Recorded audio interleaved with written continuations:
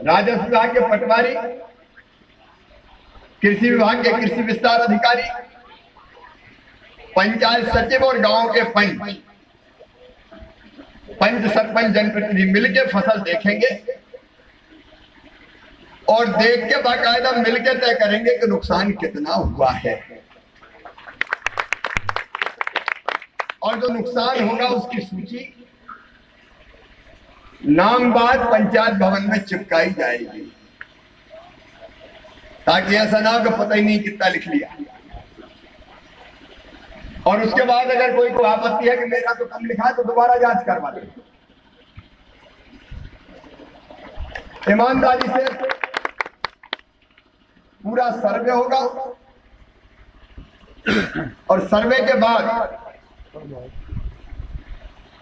हम ये फैसला करेंगे कि जिन किसानों की फसलें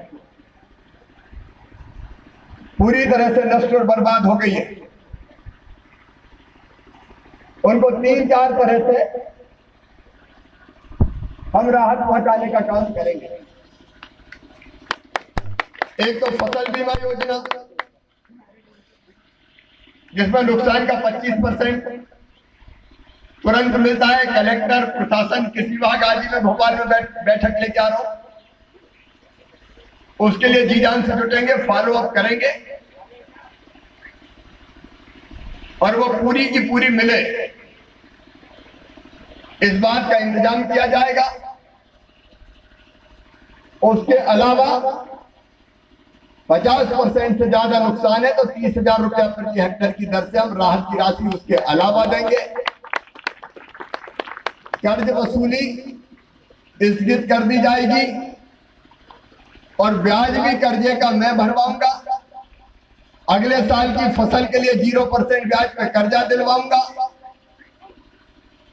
और अगर बेटी की शादी जैसी कोई समस्या है परिवार में तो शादी भी सरकार करेगी। मुख्यमंत्री कन्यादान के सामूहिक नहीं, घर में ही शादी करेंगे तो भी पैसे अलग से उसके दिलवाएंगे।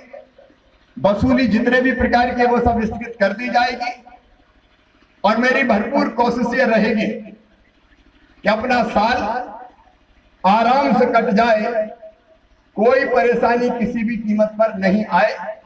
एक समस्या रास्ते में बताई कि जिनकी नाजायज मतलब वो अतिक्रमण जिनने किया उनका क्या होगा, तो उनको भी राहत की राशि दी जाएगी, उनको वंचित नहीं रखा जाएगा। अगर गरीब है, नाजायज जमीन जो कहते हैं, और नाजायज का मेहनत करी, खून पसीना गिराया तो नाजायज का ही खाद डाला, बीज डाला, बोई, मेहनत करी, उनको भी राहत की राशि मिलेगी। वो भी चिंता किसी भी हालत में ना करे। और बच्चों की पढ़ाई का संकट आए तो फीस इस पे मैं ही भरवाऊंगा, उसकी सूची में मैं बनवा लूंगा। कुछ लोगों ने बीच में मुझे कहा तो उसका इंतजाम भी करेंगे और कुल मिला के जितना नुकसान हुआ है उतनी भरपाई मैं करूंगा, ताकि हमें संकट के बावजूद भी कोई अंतर ना पड़े और हमारा साल आराम से निकल जाए। मेरे बहनों और भाइयों, जो हिंदुस्तान में कहीं नहीं हुआ वो शिवराज किसानों को राहत देने के लिए मध्य प्रदेश में करेगा।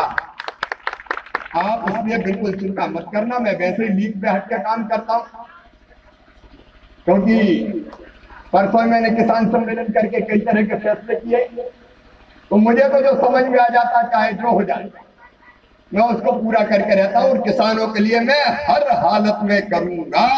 इसलिए आप बिल्कुल चिंता ना करें। अभी जिला प्रशासन है, पूरी टीम जैसा मैंने कहा है उसके हिसाब से सर्वे होगा और राहत की, फसल बीमा योजना की, अगले साल के खाद बीज की, 0% ब्याज के कर्जे की सारी की सारी व्यवस्था मैं करूंगा, जिससे अपन को अपना साल जिसके कारण आराम से कट जाए। और इसलिए मैं ये कह रहा हूं, तकलीफ है, मुझे भी तकलीफ होती है, क्योंकि इतनी अच्छी फसल आ रही थी और आते आते चली जाए तो मुख्यमंत्री भी तो इंसान है, मेरे किसान, मेरे भाई, मेरे बहन, मुझे भी दर्द होता है, मुझे भी तकलीफ होती है, लेकिन तकलीफ से थोड़ी काम चलता है। मुकाबला करना, परिस्थिति का जूझना, और मैं साथ खड़ा हूं। किस दिन के लिए मैं मुख्यमंत्री बनाऊं, इसे चिंता मत करो, इस संकट के पार मैं निकाल के ले जाऊंगा। आज ये कहने आपके बीच में आया हूं, इसलिए हिम्मत रखिए, मैं आपके साथ हूं, सरकार आपके साथ है।